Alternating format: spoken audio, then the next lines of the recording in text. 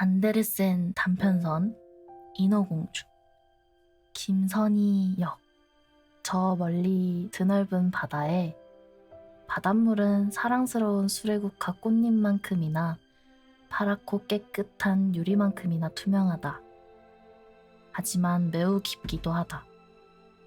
닷밧줄이 닿는 곳보다 더 깊이 내려가서 바다 밑바닥부터 수많은 첨탑이 위로 높이 쌓일 정도이다. 거기 아래 인어들이 살았다. 자, 바다 밑바닥에는 그저 하얀 모래만 횡댕그렁 있다고 추측하지 마라. 절대로 그렇지 않다. 하늘거리는 줄기와 잎이 달린 놀라운 나무와 꽃들이 그곳 아래에서 자라는데 바닷물이 조금만 휘저어도 마치 살아있는 것처럼 몸을 흔들어댄다. 여기 새들이 나무 위로 날아가는 것처럼 각양각색의 물고기가 나뭇가지를 사이를 드나든다. 드넓은 바다 가장 깊은 곳에 바다왕의 궁전이 솟아있다. 성벽은 산으로 지었으며 높이 솟은 뾰족한 창문은 보석 호박으로 만들었다. 지붕은 홍합 껍데기로 만들어 파도에 맞추어 입을 벌렸다가 닫았는데 아주 장관이다. 조개는 모두 반짝이는 진주를 품었는데 어느 것이라도 여왕이 쓰는 왕관의 자랑거리가 될 만했다. 저 아래 바다왕은 몇 년 동안 아내를 잃고 혼자 살았다. 노모가 아들을 대신해 가정을 돌보았다. 노모는 현명한 여인이지만 자신의 귀족 태생에 자부심이 강했다. 그리하여 자기 꼬리에 굴 12개를 달아 과시하면서도 궁정의 다른 부인들에게는 오직 6개만 달고 다니게 했다. 이것만 빼고는 대체적으로 칭찬할 만한 사람이었다. 특히 손녀들, 어린 바다 공주들을 지극히 좋아했기 때문에 칭찬할 만했다. 사랑스러운 공주가 6명 있었는데 그 중에서 막내가 가장 아름다웠다. 피부는 장미꽃잎처럼 부드럽고 매끄러웠으며 눈동자는 깊은 바다처럼 파란빛이었다. 하지만 다른 인어들처럼 발이 없었다. 몸 끝에 물고기의 꼬리가 달렸다. 난 내내 공주들은 성 안, 살아있는 꽃들이 벽에서 자라는 저 아래 거대한 홀에서 놀았다. 우리가 창문을 열면 제비들이 우리 방으로 쏜살같이 달려오듯이 높은 호박 보석 창문이 열리면 물고기들이 헤엄쳐 안으로 들어갔다. 지금 이 물고기들은 공주들 손에서 먹이를 받아먹고 귀여움을 받으러 곧장 헤엄쳐 갔다. 성 밖에는 불꽃처럼 빨갛고 또 깊은 바다색 같은 나무가 자라는 정원이 있다. 나무 열매는 황금처럼 빛나고 꽃은 끊임없이 손짓하는 가지에 붙어서 불꽃처럼 일렁였다. 흙은 정말이지 아주 고운 모래로 불타는 유황처럼 파란빛이었다. 야릇한 파란 장막이 거기 아래 모든 것에 드리웠다. 여러분은 바다 밑바닥이 아니라 위아래로 온통 파란 하늘만이 있는 높은 곳에 있다고 생각할지 모른다. 죽은 듯이 고요할 때면 태양을 볼 수 있었는데 태양은 마치 꽃받침에서 흘러나오는 빛을 품은 붉은 꽃과도 같았다. 공주들은 각각 자기들만의 작은 꽃밭이 있어서 땅을 파 좋아하는 꽃을 심었다. 공주 하나는 고래 모양 속의 귀여운 꽃침대를 만들었는데 또 다른 공주는 인어 같은 침대 모양을 만드는 게 더 깔끔하다고 생각했다. 막내는 태양처럼 둥글게 꽃밭을 만들어서 거기에 태양만큼이나 붉은 꽃만 심었다. 막내는 보통의 아이와는 다르게 평범하지 않고 차분하고 생각에 잠겨 있었다. 언니들이 자기 꽃밭을 가라앉은 배에서 찾아낸 온갖 이상한 것들로 꾸미고 있을 때 막내는 태양만큼 붉은 꽃과 예쁜 대리석 동상을 제외하고는 아무것도 가져다 놓지 않았다. 새하얀 대리석에 새긴 잘생긴 소년의 동상은 난파된 배에서 바다 밑바닥으로 가라앉은 것이었다. 막내는 그 동상 옆에 붉은 버드나무를 심었는데 나무는 무척이나 잘 자라서 풍요로운 가지가 동상의 그늘을 들이우고 파란 모래까지 가지를 축축 늘어뜨렸다. 나뭇가지가 흔들리면 그림자가 보랏빛을 띄었다. 마치 나뭇뿌리와 나뭇가지 끝이 살아서 서로 어울려 놀면서 입을 맞추는 것 같았다. 막내 공주는 위쪽 인간 세상의 이야기를 가장 흥미롭게 들었다. 할머니를 졸라 배와 도시 그리고 사람들과 동물에 대해 이야기를 다 들었다. 가장 근사한 것은 땅 위의 꽃들이 향기롭다는 사실이었다. 바다 밑바닥의 꽃은 향기가 없었다. 숲이 푸르다는 게 멋진 것 같았다. 나뭇가지 사이로 보이는 물고기가 큰 소리로 달콤하게 노래를 부를 수 있어서 사람들이 즐겁게 들을 수 있다는 게 마음에 들었다. 할머니는 작은 새를 모두 물고기라고 불러야 했다.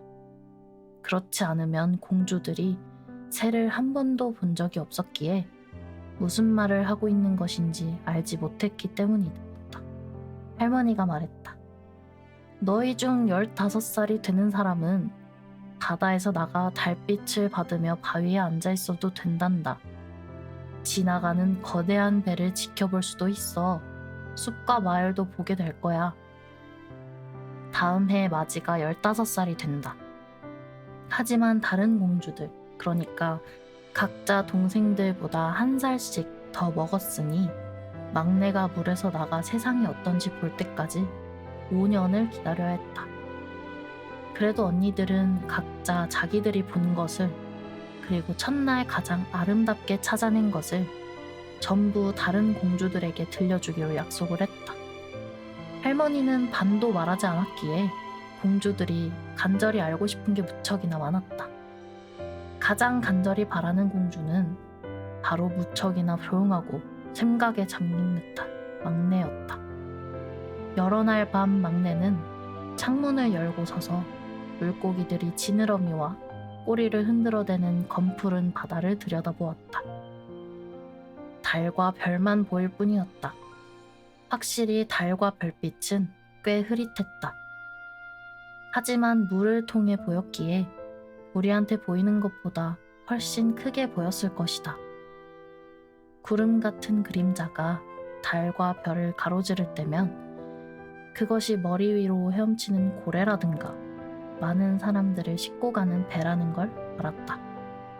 저들은 귀여운 어린 인어가 배 바로 아래에서 배를 향해 하얀 두 팔을 내밀고 있다는 걸 꿈도 꾸지 못했다. 마지 공주가 15살 생일을 맞았다.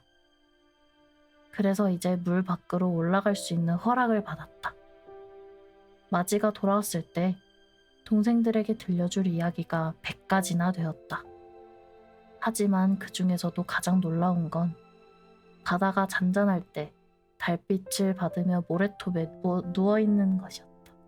물가에 불빛 수백 개가 별처럼 반짝거리는 커다란 도시를 보고 음악과 덜거덕거리는 말마차와 사람들의 제잘거리는 소리를 듣고 교회의 높은 첨탑을 보고 울려 퍼지는 종소리를 들었다. 도시에 들어설 수 없었기에 그것이 가장 간절했다. 아, 막내 공주가 어찌나 열심히 귀를 기울이는지. 이윽고 공주는 밤에 창문을 열고 서서 검푸른 바다를 들여보다 볼 때마다 딸깍딸깍 떠들썩한 소리가 가득한 거리와 도시를 생각했다. 그러고는 이렇게 깊은 곳까지 교회 종소리가 들린다고 상상하기도 했다. 다음 해에는 둘째 공주가 물 위로 올라가서 어디든 헤엄을 쳐도 좋다는 허락을 받았다. 둘째는 해가 질 때 올라갔다. 일몰은 자신이 본 가장 놀라운 풍경이라고 말했다. 하늘은 황금빛인데 구름으로 말할 것 같으면 그 아름다움을 묘사할 단어를 찾지 못했다. 붉게 출렁이면서 보랏빛으로 물들며 머리 위로 지나갔다. 흘러가는 구름보다 훨씬 빠른 백조가 무리지어 갔다. 백조는 길고 하얀 장막처럼 바다 위로 흔적을 남기며 지는 해를 향해 날아갔다. 둘째공주도 헤엄쳐갔지만 해가 지자 그 장밋빛 불꽃도 바다와 하늘에서 전부 사라져버렸다. 그 다음 해에는 셋째 공주가 올라갔다. 가장 대담했기에 큰 바다로 흐르는 넓은 강으로 헤엄쳐 올라갔다. 화려한 초록의 언덕이 보였다. 성과 영주의 저택이 화려한 숲 사이로 언뜻 보였다. 새가 노래하는 소리가 들렸다. 해가 어찌나 밝게 빛나는지 얼굴이 타는 듯 뜨거워져 식히려 종종 물속으로 들어가야 했다. 작은 만에서 유한한 생명의 인간 어린이들이 물속에서 발가벗은 채로 물장구를 치고 있는 모습을 보았다. 아이들과 놀고 싶었지만 아이들은 겁을 집어먹고 달아나 버렸다. 이윽고 자그마한 검은 동물이 왔다. 개였다. 공주는 전에 개를 본 적이 없었다. 개가 셋째 공주를 보고 어찌나 사납게 짖어대는지 공주도 겁을 집어먹고 너른 바다로 달아났다. 그래도 그 화려한 숲, 초록 언덕, 비록 지느러미는 없어도 물속에서 헤엄칠 수 있는 예쁜 아이들을 결코 잊을 수가 없었다. 넷째 공주는 그렇게나 모험심은 없었다.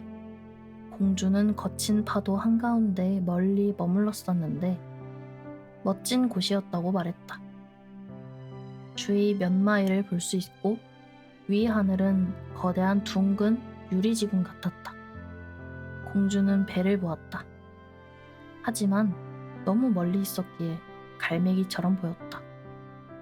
장난치기 좋아하는 돌고래는 공중제비를 하고 어마어마하게 큰 고래는 코로 물을 뿜어댔다. 그래서 마치 수백 개의 분수가 주위에 있는 것 같았다.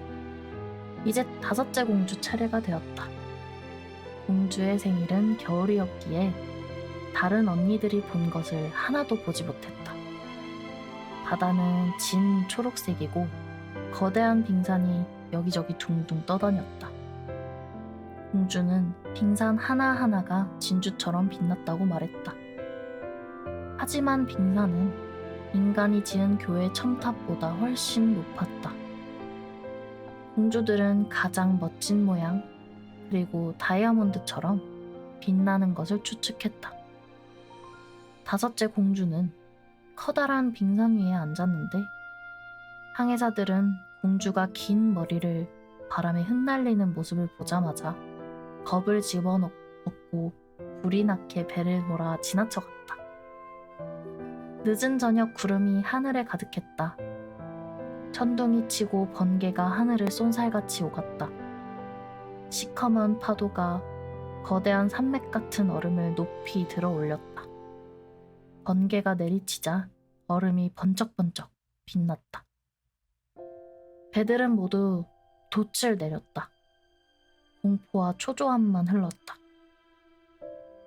하지만 공주는 거기 둥둥 떠다니는 빙산 위에 차분하게 앉아서 바다에 쩍쩍 내리치는 들쭉날쭉한 번개를 지켜보았다. 언니들은 각자 바다의 수면 위로 처음 올라갔을 때 그 사랑스러운 모습이 새로웠었다. 하지만 어른이 되어 자신이 원하는 곳은 어디든 갈 수 있게 되자 그곳에 흥미를 잃었다. 어디를 가든 한 달이 지나면 향수병에 걸려서는 바다 밑과 같은 곳이 없다고 집이 무척이나 편안하다고 말했다. 여러 날 저녁 언니들은 물 위로 올라가 다섯이 한 줄로 서로 팔짱을 끼고 섰다. 다들 유한한 인간보다도 훨씬 더 목소리가 아름다웠다. 폭풍이 불자 공주들은 조난사고가 있으리라 예상하고 배 앞으로 헤엄쳐가서 바다 밑이 얼마나 아름다운지 선원들에게 전해져 내려온 편견을 깨기 위해 유혹적으로 노래를 불렀다. 하지만 사람들은 그 노래를 이해하지 못하고 폭풍 소리로 착각했다. 저들은 영광스러운 깊은 바다를 보지 못했다. 배가 가라앉았을 때 사람들은 익사해서 바다왕의 성에 죽은 인간으로 도착했다.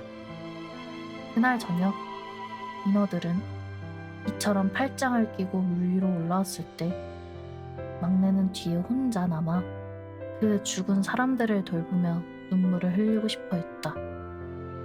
하지만 인어들은 눈물을 흘리지 않았다. 그래서 훨씬 더 고통스러웠다. 막내가 말했다. 내가 15이 되면 좋겠어. 저기 위 세상, 그리고 저기에 사는 사람들을 모두 무척 좋아하게 될 것 같아. 마침내 막내도 15살에 이르렀다. 노부인 여왕 할머니가 말했다. 이제 너를 보내주마. 할머니는 어린 공주의 머리카락에 하얀 백합 화관을 씌워주었는데 꽃잎은 진주를 반으로 잘라 만든 것이었다. 그리고 이 노부인은 막내 공주의 꼬리 지느러미에 높은 지위의 표시로 큼지막한 불 8개를 달라고 했다. 하지만 그거 아프단 말이에요. 막내 공주가 소리쳤다. 지장을 하려면 많이 참아야지. 할머니가 막내 공주에게 말했다. 아, 이런 장식을 전부 다 털어내고 번거로운 화관을 포기하면 얼마나 좋을까. 꽃밭의 붉은 꽃은 공주에게 훨씬 더 잘 어울렸다. 하지만 굳이 바꾸지는 않았다. 안녕. 막내 공주는 그렇게 인사하고는 바다를 헤치고 거품처럼 빛을 내며 가볍게 위로 올라갔다. 수면 위로 머리를 내밀었을 때 태양이 막 사라졌다. 하지만 구름은 여전히 황금과 장미처럼 빛나고 섬세하게 물든 하늘에는 저녁별이 투명하게 빛났다. 공기는 온화하고 신선하며 바다는 잔잔했다. 돛이 3개 달린 거대한 배가 눈에 들어왔다. 바람이 부드럽게 불어와 돛을 하나만 폈다.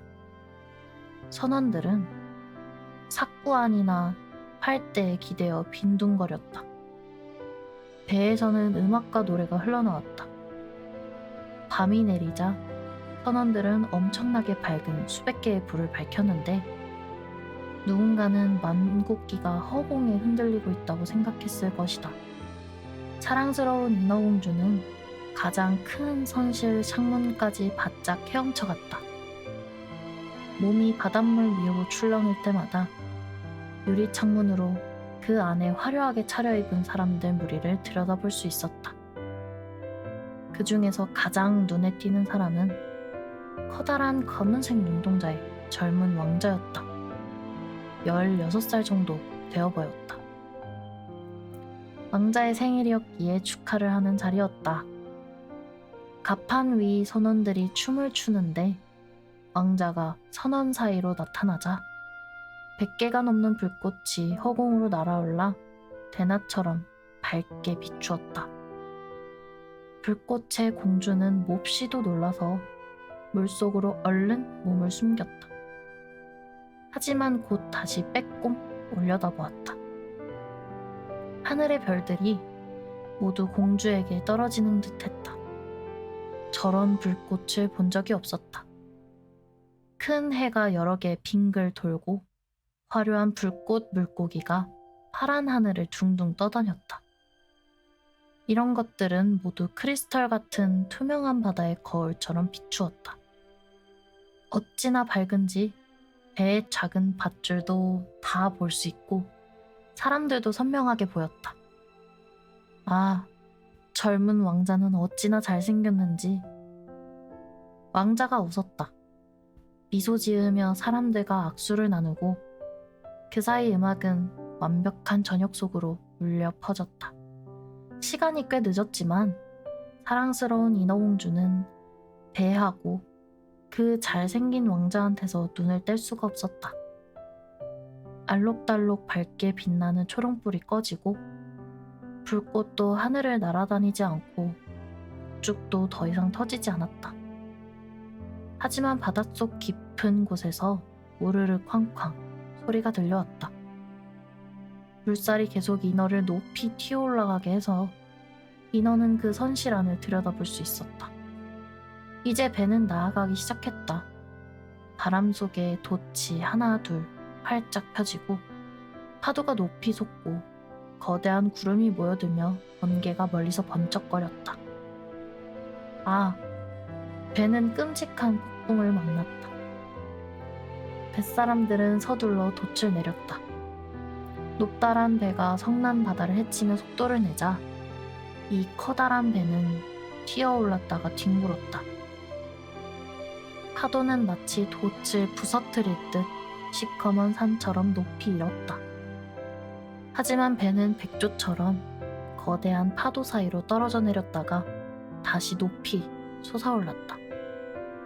인어공주에게는 이것이 썩 괜찮은 놀이처럼 보였지만 선원들에게는 전혀 그렇지 못했다. 배는 와지끈 갈라지고 굵은 나무가 쿵 하고 떨어져 내렸다. 파도가 배를 내리쳐 돛이 갈대처럼 두 개로 부서졌다.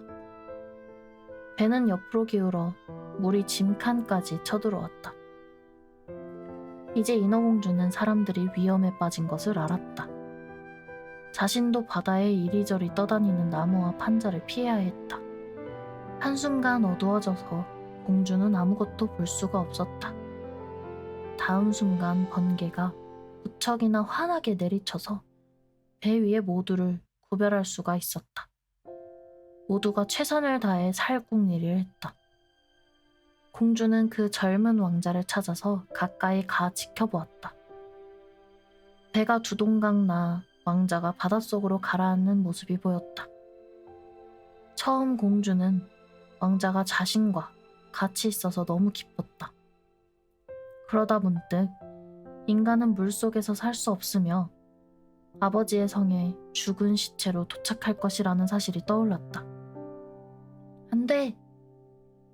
이 남자는 죽으면 안 된다. 그래서 공주는 둥둥 떠다니는 나무 판자 기둥이 자신에게 부딪힐지도 모른다는 것을 깡그리 잊고 그 사이로 헤엄쳐 갔다. 파도 속으로 들어가 물마루를 타면서 마침내 그 젊은 왕자에게 다가갔다. 왕자는 그 성난 바다에서 더 이상 헤엄칠 수 없었다. 팔다리에 기운이 빠지고 아름다운 눈동자는 굳게 닫혀서 공주가 도와주러 오지 않았다면 죽었을 것이다. 공주는 물 밖으로 왕자의 머리를 올리고는 파도가 가는 곳으로 몸을 맡겼다. 날이 밝자 폭풍은 잦아들고 배의 흔적은 눈에 보이지도 않았다. 태양이 수면 위로 붉게 환하게 솟아오르며 왕자의 뺨에 생기를 불어넣었다. 그래도 왕자는 여전히 눈을 감고 있었다.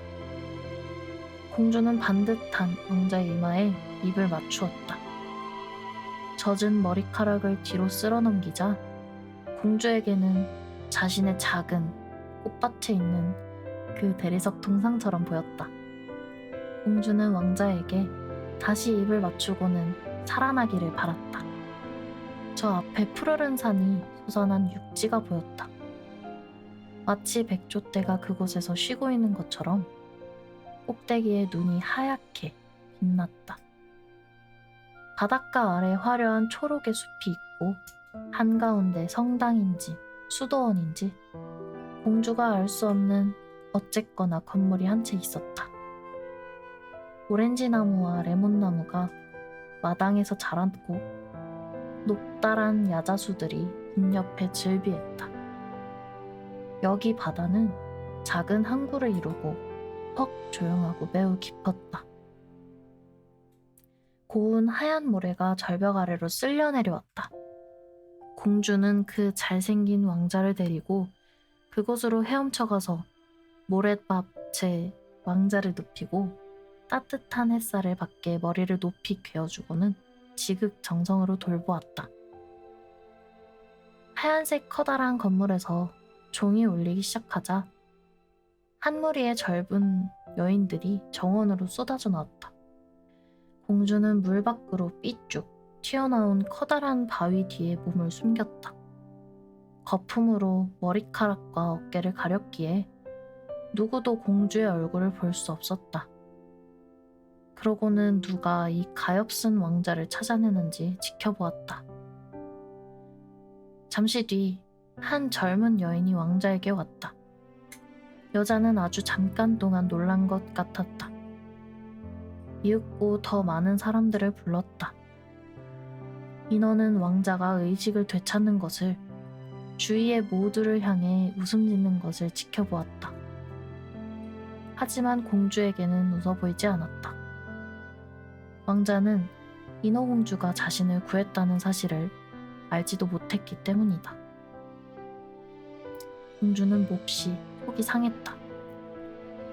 사람들이 왕자를 그 커다란 건물로 이끌 때는 슬픈 마음으로 물속으로 뛰어들어가 아버지의 성으로 돌아갔다. 공주는 언제나 조용하고 생각이 깊었다. 하지만 지금 훨씬 더 말이 없이 생각에 잠겼다. 언니들은 물 위로 처음 올라가서 무엇을 보았느냐고 물었지만 막내 공주는 조금도 말하려 들지 않았다. 여러 날 저녁, 그리고 여러 날 아침, 공주는 그 왕자를 떠나보냈던 곳에 다시 가보았다. 정원에 잘 익어 추수를 마친 과일을 보고 높은 산에 눈이 녹는 것도 보았지만 그 왕자는 보지 못했다. 그래서 집으로 돌아올 때는 떠날 때보다 더 마음이 슬펐다. 그 작은 정원에 앉아서 왕자처럼 보이는 그 아름다운 대리석 동상을 감싸 안는 것이 공주에게는 하나의 위안이었다. 하지만 이제 꽃을 돌보지 않았다. 꽃은 함부로 길까지 뻗어가서 그곳은 황무지가 되었다. 기다란 줄기와 나뭇잎은 나뭇가지에 마구 엉켜서 우울한 그림자를 던졌다. 공주는 더 이상 견딜 수가 없었다. 자신의 비밀을 언니 하나에게 들려주었다. 즉시 다른 언니들 모두 그 이야기를 알게 되었다. 몇몇 인어들도 알게 되었다. 그중 한 인어가 그 왕자가 누구인지 알았다. 이 친구도 배 위에서 왕자의 축하 파티를 보았다. 그 남자가 어디에서 왔으며 어디 왕궁에서 사는지도 알았다. 언니 공주들이 말했다. 어서 막내야. 서로 팔짱을 끼고 길게 한 줄로 서서 물 위로 올라가서 왕자의 성이 있다는 곳 바로 앞으로 갔다. 거대한 대리석 계단에 반짝반짝 빛나는 황금색 돌로 지은 성이었는데 계단 하나는 아래 바다로 이어졌다. 금박을 입힌 거대한 돔이 지붕 위에 솟아있고 건물 주위 기둥 사이로 실물과 똑같아 보이는 대리석 동상이 있었다. 높은 창문에 투명한 유리로 값비싼 비단 걸개와 테피스트리가 있는 화려한 홀이 들여다 보였는데 그림으로 뒤덮인 벽은 보기에 무척 근사했다. 메인 홀 한가운데 커다란 분수가 유리돔 지붕까지 물을 뿜고 햇빛이 분수대의 물과 커다란 수반에서 자라는 사랑스러운 식물을 비추었다. 이제 인어공주는 왕자가 어디에 사는지 알았기에 여러 날 저녁, 여러 날 밤 그곳 바다에서 시간을 보냈다. 언니들보다 훨씬 더 바짝 과감하게 헤엄쳐 갔다. 심지어 화려한 대리석 발코니가 바다에 길게 그림자를 들이우는 좁은 시내까지 올라갔다. 여기에 앉아서 그 왕자를 지켜보았다. 왕자는 달빛 속에서 자기 혼자 있다고 생각을 했다. 여러 날 저녁 왕자가 음악이 흐리고 깃발이 흩날리는 멋진 배를 타고 나가는 모습을 공주는 보았다. 공주는 덤불 사이로 몰래 내다보았다. 바람이 불어 공주의 은빛 꼬리 위로 불면 꼭 백조 한 마리가 날개를 펼친 것처럼 보였다. 여러 날 밤, 낚시꾼들이 횃불을 들고 바다를 나가는 모습을 보았다. 낚시꾼들이 왕자가 얼마나 착한지 말하는 것도 들었다. 그 말을 들으니 왕자가 물에 빠져 죽을 뻔했을 때 목숨을 구해준 사람이 자신이란 걸 생각하며 자랑스러운 마음이 들었다.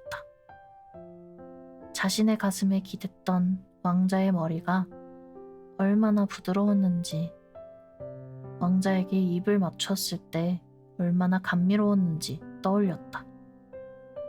하지만 왕자는 이것을 전혀 알지 못했다. 상상조차 하지 못했다. 날이 갈수록 인어공주는 인간이 좋아졌다. 그리고 점점 더 인간들과 더불어 살고 싶은 마음이 간절했다.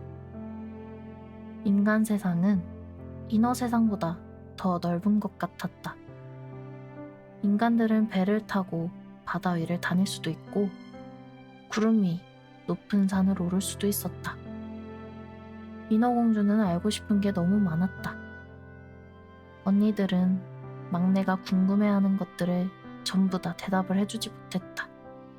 그래서 물 위 세상에 대해서 잘 아는 할머니를 찾아갔다. 물 위 세상은 할머니가 바다 위에 있는 나라에 붙인 이름이었다. 인어공주가 물었다. 인간은 물에 빠져 죽지 않으면 영원히 사나요? 우리가 여기 아래 바다에서 죽는 것처럼 인간들은 죽지 않나요? 노부인 여왕이 대답했다. 죽지. 인간들도 죽어. 인간의 수명은 우리보다 훨씬 짧아. 우리는 300살까지 살 수 있어. 하지만 우리가 수명을 다할 때 우리는 그저 바다의 거품으로 변해.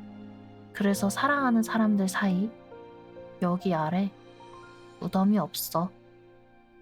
우리는 불멸의 영혼이 없거든. 죽음 이후의 삶이 없단다. 우리는 초록 바닷불과 같아. 일단 잘리고 나면 결코 다시 자라지 않아. 반대로 인간에게는 영원히 사는 영혼이 있단다.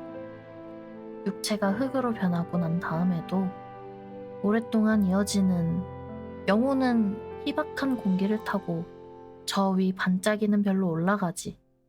우리가 육지를 보기 위해 물을 헤치고 올라가는 것처럼 인간들은 미지의 아름다운 곳으로 올라간단다. 우리에게는 결코 보이지 않는 곳으로. 인어공주는 애석해하며 물었다. 왜 우리는 불멸의 영혼을 받지 못했어요? 단 하루라도 인간이 될 수 있다면, 나중에 그 천사의 왕국에서 함께 할 수 있다면 내 300년을 기꺼이 포기할 거예요. 할머니가 말했다. 그렇게 생각하면 안 돼. 우리는 저기 위 사람들보다 훨씬 더 행복하게 지내고 훨씬 더 잘 살고 있어. 그러면 나도 죽어서 바다의 거품처럼 둥둥 떠다녀야 해요. 음악과 같은 파도를 듣지 못하고 아름다운 꽃, 붉은 태양을 보지 못하고요. 불멸의 영혼을 얻기 위해서 내가 할 수 있는 게 아무것도 없어요? 할머니가 대답했다. 없어. 인간이 너를 무척 사랑해서 그 사람에게 네가 부모보다 더 큰 의미라면 그 남자의 모든 생각과 심장이 모두 너와 하나가 되어서 사제가 그 사람의 오른손과 네 손을 맞잡게 하고 충직과 영원을 약속하게 한다면, 그러면 그 사람의 영혼이 네 몸으로 스며들어 갈 거야. 그러면 너는 인간의 행복을 함께 할 거야. 그 사람은 너에게 영혼을 주어도 자기 것은 간직하지. 하지만 그런 일은 결코 쉽게 이루어지지 않아. 여기 바다에서 그렇게나 아름다운 이 지느러미를 땅에서는 흉측하다고 여긴단다. 그곳 취향은 어설퍼서 너한테는 사람들이 달이라고 부르는 어색한 소품이 있어야 돼. 인어공주는 한숨을 푹 내쉬며 자기 지느러미를 불만스레 쳐다보았다. 할머니가 말했다. 어서 우리 기운 내자. 우리가 살 300년 내내 펄펄 뛰어다니자. 확실히 그걸 함께 나누는 게 중요하지. 그러고 나서 나중에 평화롭게 쉬게 될 거란다. 우리는 오늘 저녁에 궁중 무도회를 열 거란다. 무도회는 땅 위에서 볼 수 있는 여느 무도회보다 훨씬 더 화려한 행사였다. 거대한 연회장의 벽과 천정은 큼지막한 투명 유리로 만들었다. 장미처럼 붉고 짙은 풀빛 거대한 조개 수백 개가 파란 불꽃을 품고 한 줄로 양옆에 나란히 서서 무도회장 전체와 벽을 아주 선명하게 비추어서 바닷속이 꽤나 밝았다. 셀 수 없이 많은 크고 작은 물고기가 그 유리벽을 향해 헤엄치는 게 보였다. 몇몇 물고기의 비늘은 붉은 보랏빛으로 또 다른 물고기는 은빛과 금빛으로 빛났다. 무도회장 바닥으로 거대한 물줄기가 흘렀다. 그 위로 인어들이 매혹적인 노래에 맞추어 춤을 추었다. 그렇게나 아름다운 목소리는 땅에 사는 사람들 사이에서는 들리지 않았다. 막내 공주는 다른 누구보다 감미롭게 노래를 불러서 모두가 감탄에 마지 않았다. 한순간 막내 공주는 자신의 목소리가 바다에서든 땅에서든 누구보다 사랑스러웠기에 행복했다. 하지만 곧 저 위 세상에 대한 생각으로 흘러갔다. 그 매력적인 왕자, 그리고 왕자처럼 불멸의 영혼이 없다는 슬픔을 잊을 수가 없었다. 그리하여 모두가 즐겁게 노래하고 있는 아버지의 성을 몰래 빠져나와 자신의 그 작은 꽃밭에 처량하게 앉았다. 문득 바다를 통해 나팔 소리가 들려왔다. 공주는 생각했다. 저건 분명 왕자가 배를 타고 나간다는 뜻이야. 내가 우리 아버지나 어머니보다 더 사랑하는 왕자. 내가 오매불망 생각하는 왕자. 내 평생의 행복을 기꺼이 맡기고 싶은 사람. 그 사람을 얻기 위해서라면, 불멸의 영혼을 얻기 위해서라면 난 뭐든 하겠어. 언니들이 여기 아빠의 성에서 춤을 추고 있는 사이 지금까지 내내 무척 두려워만 했던 바다 마녀를 찾아가겠어. 어쩌면 마녀가 내게 무슨 조언을 해주며 도와줄 거야. 인어공주는 꽃밭에서 나와 마녀의 집 근처 으르렁거리는 소용돌이를 향했다. 한 번도 그 길을 가본 적이 없었다. 그곳에는 꽃도 바다풀도 자라지 않았다.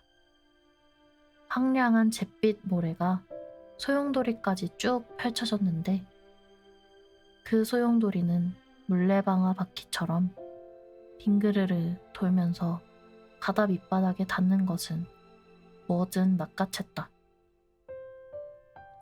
마녀의 집으로 가려면 이런 소용돌이를 뚫고 가야 했다.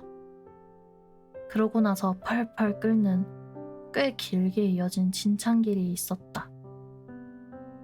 마녀는 그것을 석탄습지라고 불렀다.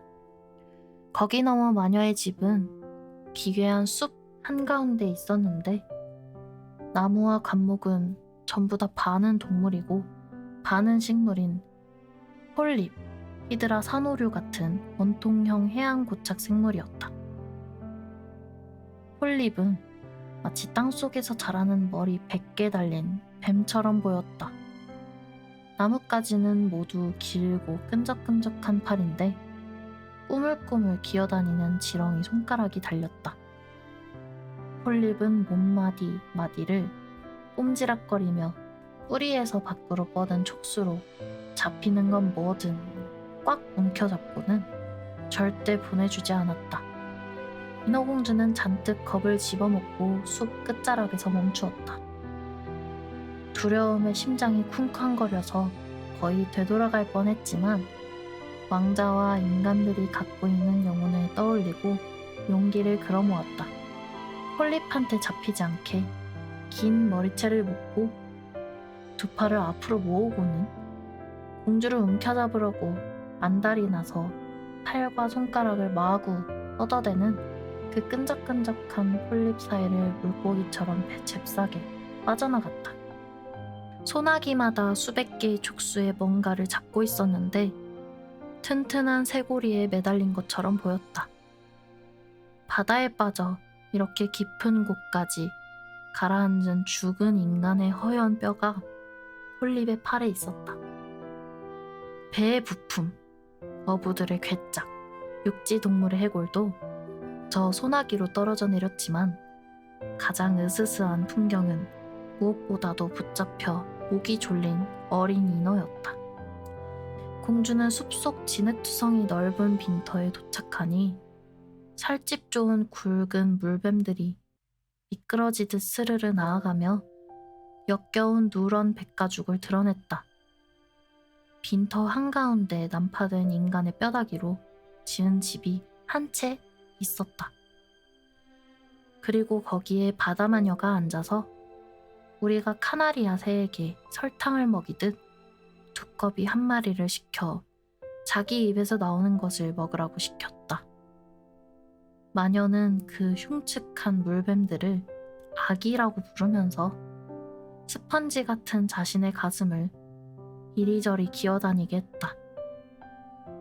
마녀가 말했다. 네가 원하는 게 뭔지 알지? 너 아주 어리석구나. 하지만 네 뜻대로 그대로 될 거야. 자랑스러운 공주, 넌 슬픔도 얻게 될 거다. 너는 지느러미 꼬리를 없애고 그 대신에 그 물건 2개를 갖고 싶어 하는구나. 그 젊은 왕자가 너와 사랑에 빠져서 그 사람과 더불어 불멸의 영혼을 얻고 싶어 해. 여기에서 마녀는 어찌나 깔깔대며 웃어대는지 두꺼비랑 뱀들이 바닥으로 떨어져 내려 온몸을 비틀어댔다. 마녀가 이어 말했다. 제때 잘 왔어. 태양이 내일 떠오르고 나면 난 1년 내내 너를 도와줄 수가 없거든. 내가 한 번 먹을 약을 만들어주지. 해가 뜨기 전에 그걸 가지고 물가로 헤엄쳐 가야 해. 마른 땅에 앉아서 그걸 다 마셔. 그러면 네 꼬리가 둘로 갈라지면서 쪼그라들 거야. 예리한 칼로 찍찍 찔러대는 느낌이 들 거야. 만나는 사람은 누구든 지금껏 본 가장 아름다운 인간이라고 말할 거다. 사뿐히 걷는 네 발걸음은 어느 무용수도 따라올 수가 없거든.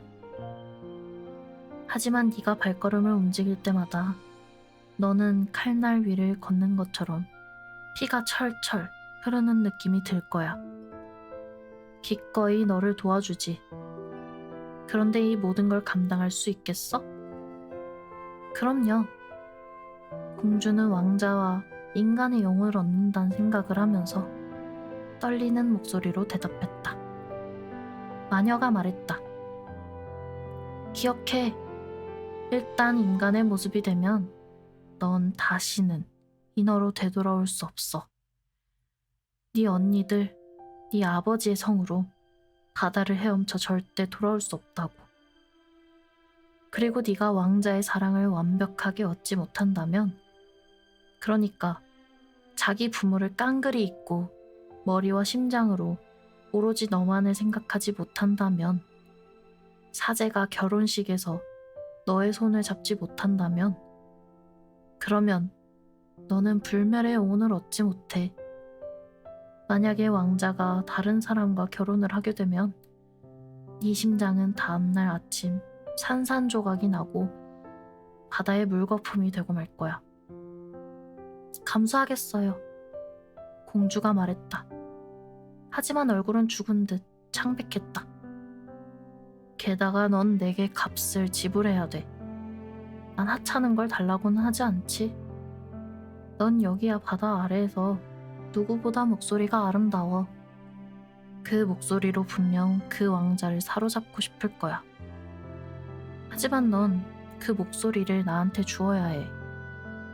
네가 가진 바로 그걸 내가 가져갈 거야. 내 값비싼 약을 주는 대가로 말이야. 난 거기에 내 피를 흘려야 해. 아주 잘 듣는 약을 만들려면. 하지만 내 목소리를 가져가면 나한테 뭐가 남죠? 네 아름다운 모습, 미끄러질 듯 걷는 발걸음, 초롱초롱한 눈동자. 이런 것들로 넌 왕자의 마음을 쉽사리 사로잡을 거야. 용기가 사라졌나? 혀를 쑥 내밀어. 그러면 내가 싹둑 잘라낼 테니까. 난 내 대가를 갖고 너는 잘 듣는 약을 갖게 될 거야. 어서 해요. 마녀는 불 위에 가마솥을 걸고 약을 끓였다. 깨끗한 게 좋지. 마녀는 그렇게 말하며 뱀을 둘둘 말아서 그것으로 단지를 쓱쓱 문질렀다. 그러고는 가슴을 쿡 찔러서 시커먼 피를 그 가마솥 안에 후두둑 떨어뜨렸다. 그 안에서 연기가 으스스하게 피어올라서 그 모습만으로도 공포로 얼어붙을 것 같았다. 마녀는 끊임없이 새로운 재료를 가마솥에 던져 넣었다. 곧 악어가 눈물을 흘리는 듯한 소리를 내며 가마솥이 서서히 끓기 시작했다. 마침내 약이 완성되었다. 약은 깨끗한 물처럼 투명해 보였다. 네 약이야. 마녀는 인어공주의 혀를 잘랐다. 공주는 더 이상 말을 할 수 없었다. 노래도 이야기도 할 수 없었다. 마녀가 말했다. 네가 내 숲을 돌아다닐 때 폴립들이 너한테 덤벼들 거야. 이걸 녀석들한테 한 방울만 떨어뜨려. 그러면 촉수가 수천 갈래로 갈라질 테니까. 하지만 그럴 필요가 없었다. 폴립들은 그 약을 보자마자 놀라서 몸을 말았다. 약은 빛나는 별처럼 공주의 손에서 빛을 냈다. 그래서 공주는 금세 그 숲, 습지, 그리고 으르렁대는 소용돌이를 빠져나왔다. 아버지의 성이 보였다. 연회장의 불은 이미 꺼졌다. 분명 성에 있는 모두가 잠이 든 게 틀림없었다. 하지만 공주는 차마 근처에 가지 못했다. 이제 말을 할 수 없게 된 채 영원히 고향을 떠나갈 것이다.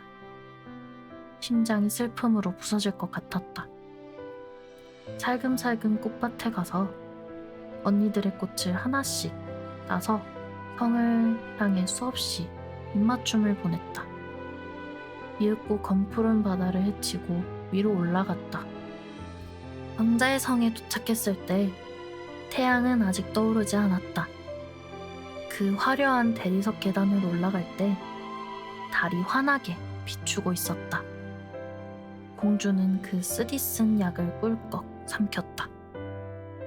약은 양날의 칼처럼 가녀린 몸을 내리치는 것 같았다. 공주는 정신을 잃고 죽은 듯이 그곳에 쓰러졌다. 태양이 바다 위에 떠오르자 찌를 듯한 고통을 느끼며 깨어났다. 하지만 공주 바로 앞에 그 잘생긴 왕자가 칠흑 같은 눈동자로 공주를 내려다보고 있었다. 공주는 고개를 숙여 꼬리가 사라진 것을 보았다. 젊은 연인들이 바라는 사랑스러운 하얀 다리가 달려 있었다. 하지만 발가벗은 채였기에 자신의 긴 머리로 몸을 감쌌다. 왕자는 누구냐고, 이곳에 어찌하여 왔냐고 물었다. 공주는 말을 할 수 없었기에 그 짙은 파란 눈동자로 부드럽지만 몹시 슬프게 왕자를 쳐다보았다. 문득 왕자는 공주의 손을 잡고 성 안으로 이끌어 주었다.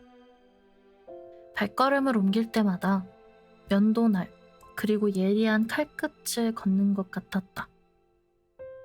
마녀가 미리 알려준 그대로였다. 하지만 공주는 기꺼이 참아냈다. 왕자 옆을 걸으면서 거품처럼 가볍게 움직였다. 왕자와 공주를 본 모두가 그 우아하게 걷는 모습에 놀라워했다. 일단 성에서 내준 실크와 모슬린 의상을 입자 공주는 이성에서 가장 아름다웠다. 하지만 공주는 말을 할 수도 노래를 부를 수도 없었다. 실크와 황금빛 옷을 입은 아름다운 여자 무희들이 와서 왕자와 왕자의 부모님 앞에서 노래를 불렀다. 그중 하나가 누구보다 노래를 잘 부르자 왕자는 그 여자를 향해 웃으며 손뼉을 쳤다. 공주는 몹시도 슬펐다. 자신이 훨씬 더 아름답게 부르곤 했다는 걸 알기 때문이었다. 공주는 생각했다. 당신과 함께 있기 위해서 내 목소리와 영원히 헤어졌다는 것을 당신이 안다면 우아한 무희들이 이제 가장 아름다운 음악에 맞추어 춤을 추기 시작했다. 문득 공주는 하얀 팔을 들고는 발끝으로 일어서 앞으로 걸어나갔다. 누구도 그렇게나 춤을 잘 추지는 못했다.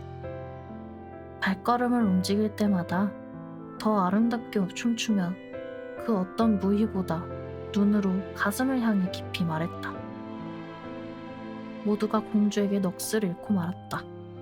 특히 왕자가 그랬다. 왕자는 공주를 길에서 찾은 사랑스러운 여인이라고 불렀다. 공주는 몇 번이고 다시 춤을 추었다. 하지만 바닥에 발이 닿을 때마다 예리한 쇠붙이 위를 걷는 것만 같았다. 왕자는 언제나 공주를 곁에 두겠다고 말했다. 그러면서 문 밖에서 자도 좋다면서 벨벳 이불을 내주었다. 왕자는 공주에게 시종의 옷을 만들어 주어서 공주는 말을 타고 왕자와 함께 나갈 수 있었다. 둘은 향기로운 숲을 달리곤 했다. 초록가지가 인어공주의 어깨를 스치고 작은 새들이 나풀거리는 나뭇잎 사이로 노래를 불렀다. 공주는 왕자와 함께 높은 산으로 올라갔다. 그 부드러운 발에서는 눈에 띄게 피가 흘렀지만 그저 웃으며 왕자를 따라 올라가서 구름이 새무리처럼 저 먼 땅으로 내려가는 모습을 내려다보았다.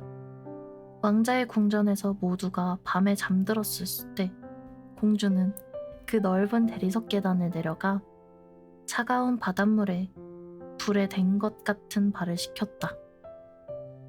그러고 나서 바다 아래 사는 이들을 떠올렸다. 어느 날 밤, 언니들이 팔짱을 끼고 바다에 올라와 슬프게 노래를 부르고 있었다. 공주가 언니들을 향해 손을 흔들자 언니들이 알아보고는 공주가 모두를 무척이나 슬프게 했다고 말했다. 그 이후 언니들은 매일 밤 보러 왔다. 한 번은 멀리 바다에서 할머니를 보았다. 할머니는 최근 오랫동안 물 위에 올라온 적이 없었다. 거기 왕관을 쓴 바다의 왕도 함께 있었다.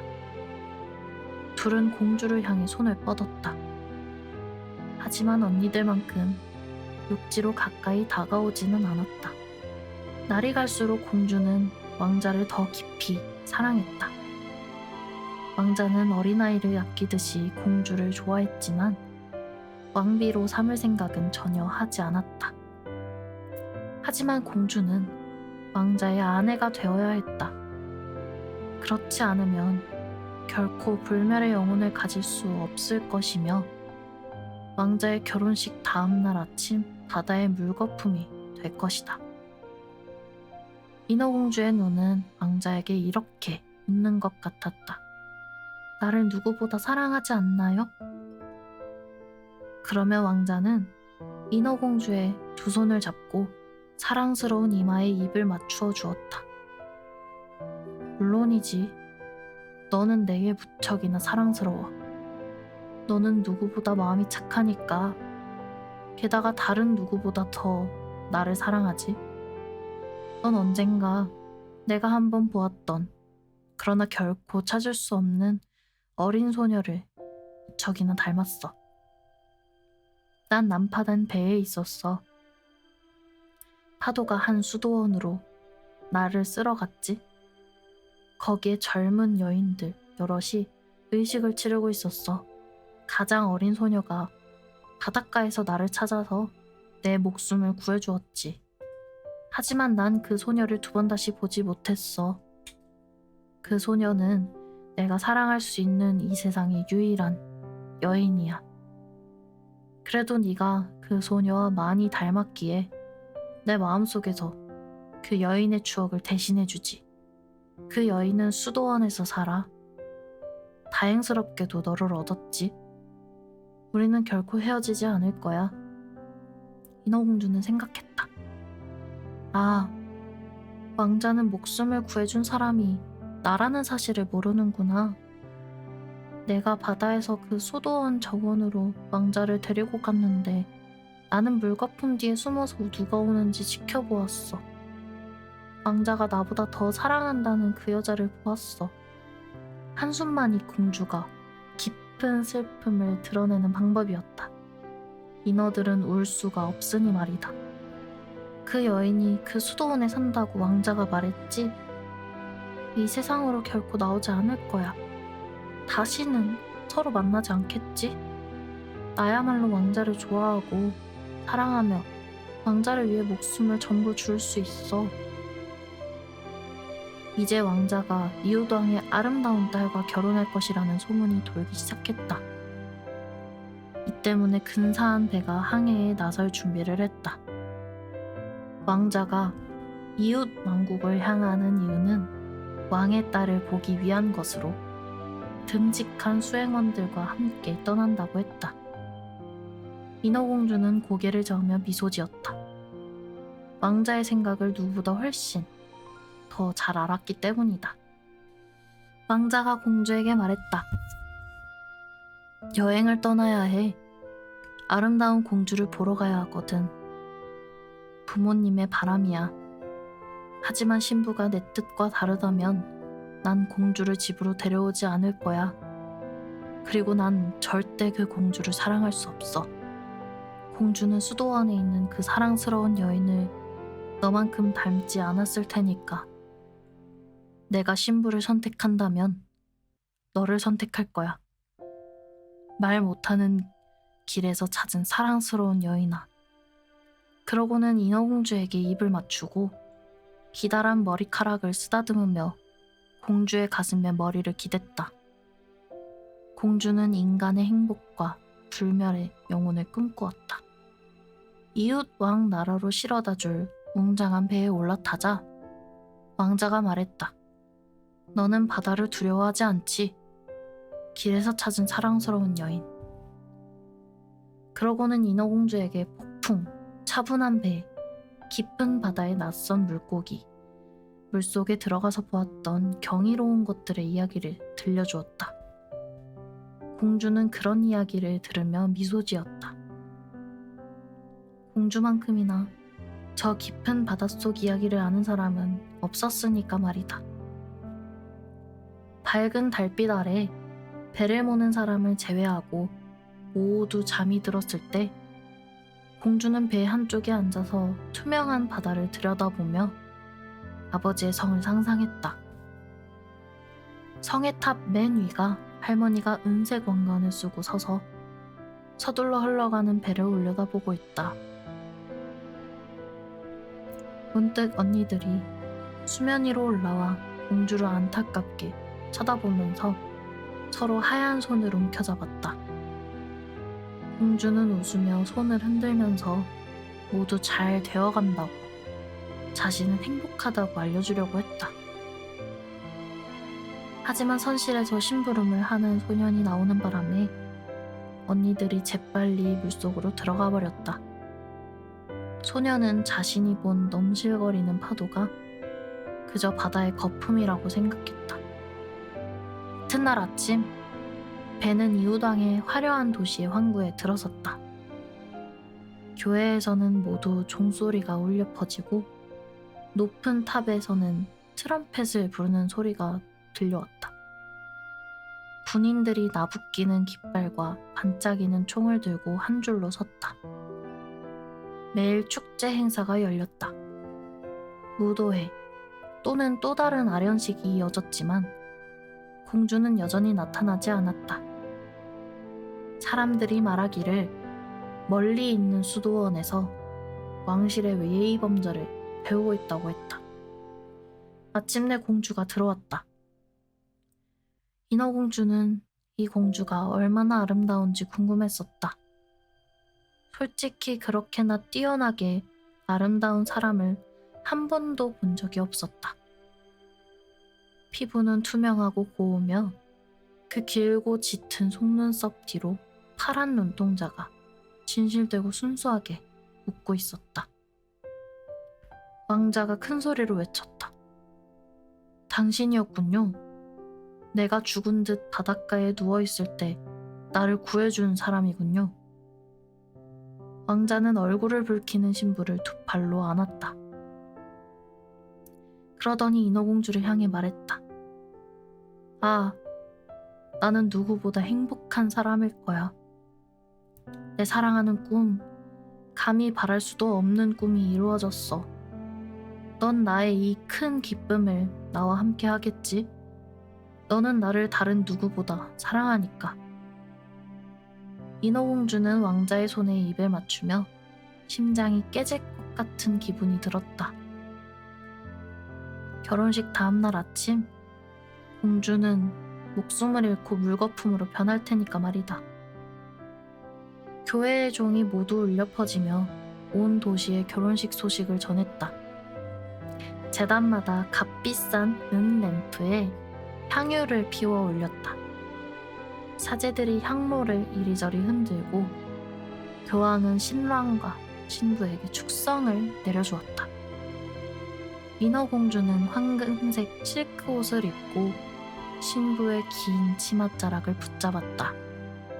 하지만 결혼식 행진곡도 들리지 않고 결혼식 풍경도 눈에 들어오지 않았다.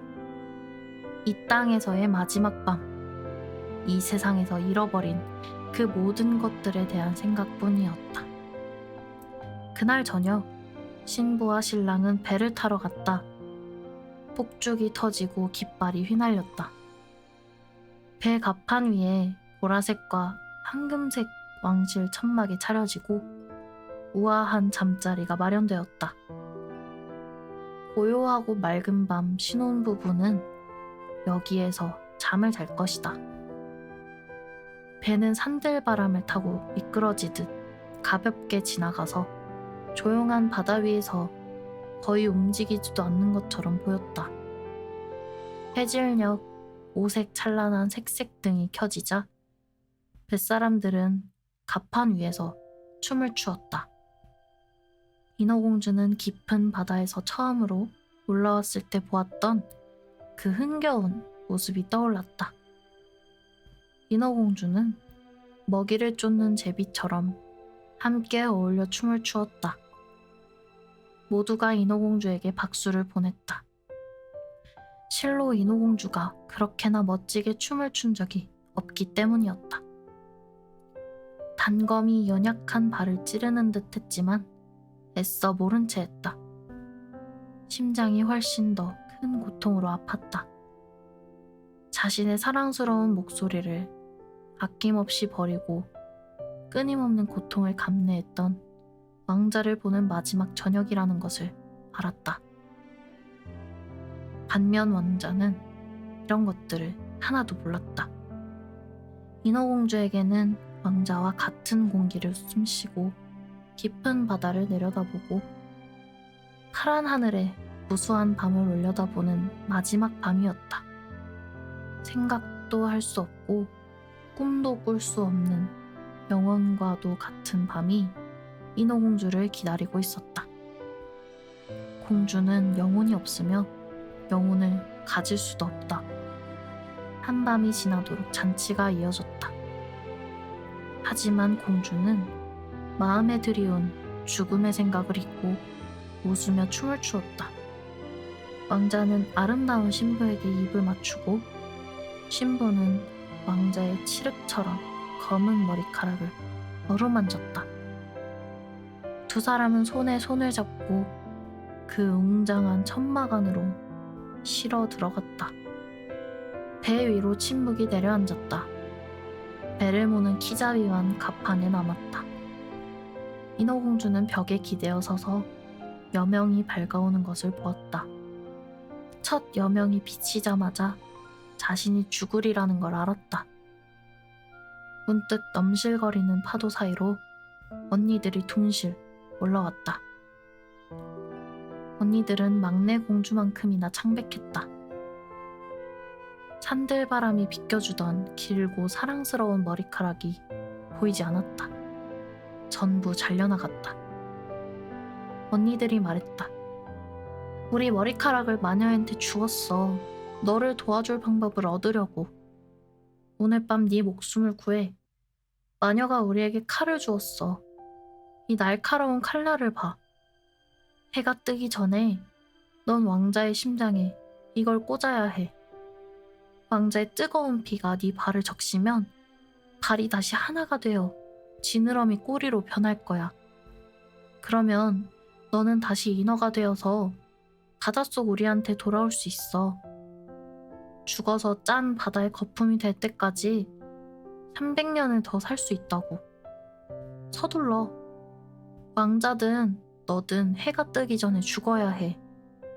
할머니는 슬픔에 빠져 하얀 머리카락이 계속 빠지고 있어. 꼭 마녀가 가위로 잘라버린 우리 머리카락 같아. 왕자를 죽여. 그리고 우리한테 돌아와. 서둘러. 서둘러. 하늘에 저 빨간 기운을 봐.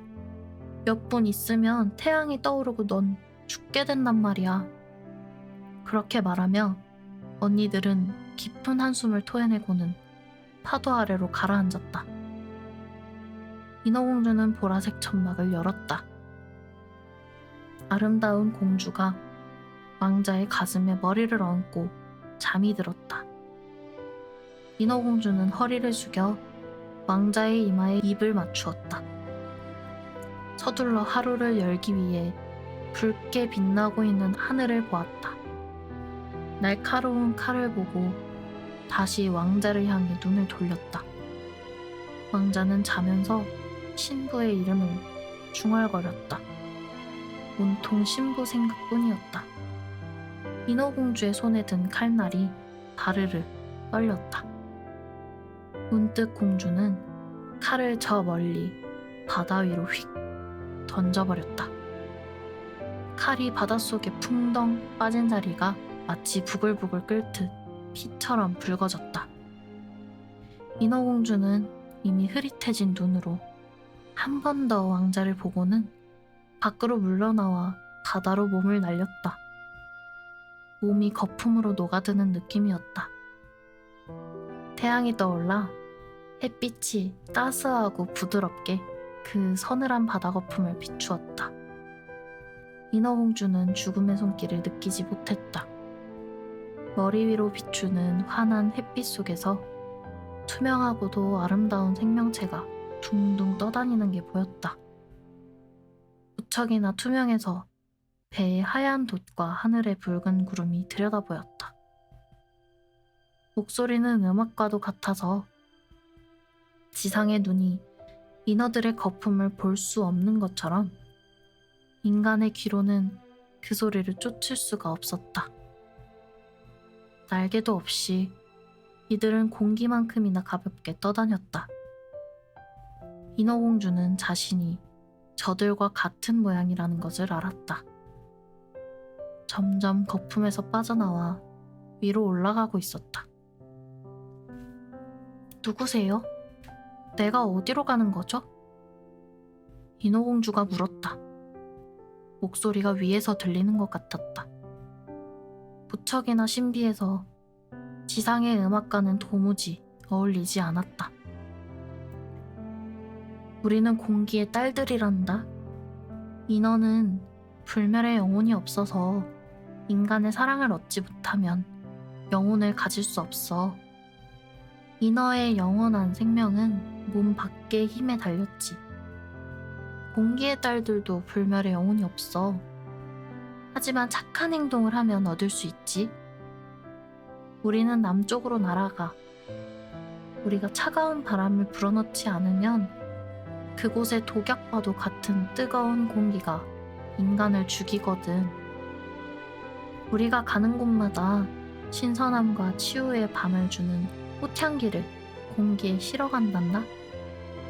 300년 동안 최선을 다해 좋은 일을 하면 우리는 불멸의 영혼과 인간의 영원한 은총을 나누어 받아. 너 가엾은 인어야. 너도 이것을 위해 온 마음을 다 바쳐 노력했어. 너의 고통과 충실함이 하늘 높은 영혼의 왕국으로 너를 들어올렸어. 이제 300년 동안 선한 행동을 하면 절대 죽지 않을 영혼을 얻게 될 거야. 인어공주는 투명하고 밝은 눈을 신의 태양을 향해 들어올렸다. 처음으로 눈에 눈물이 고였다. 배 위는 서서히 활기를 띠며 다시 생기가 돌았다.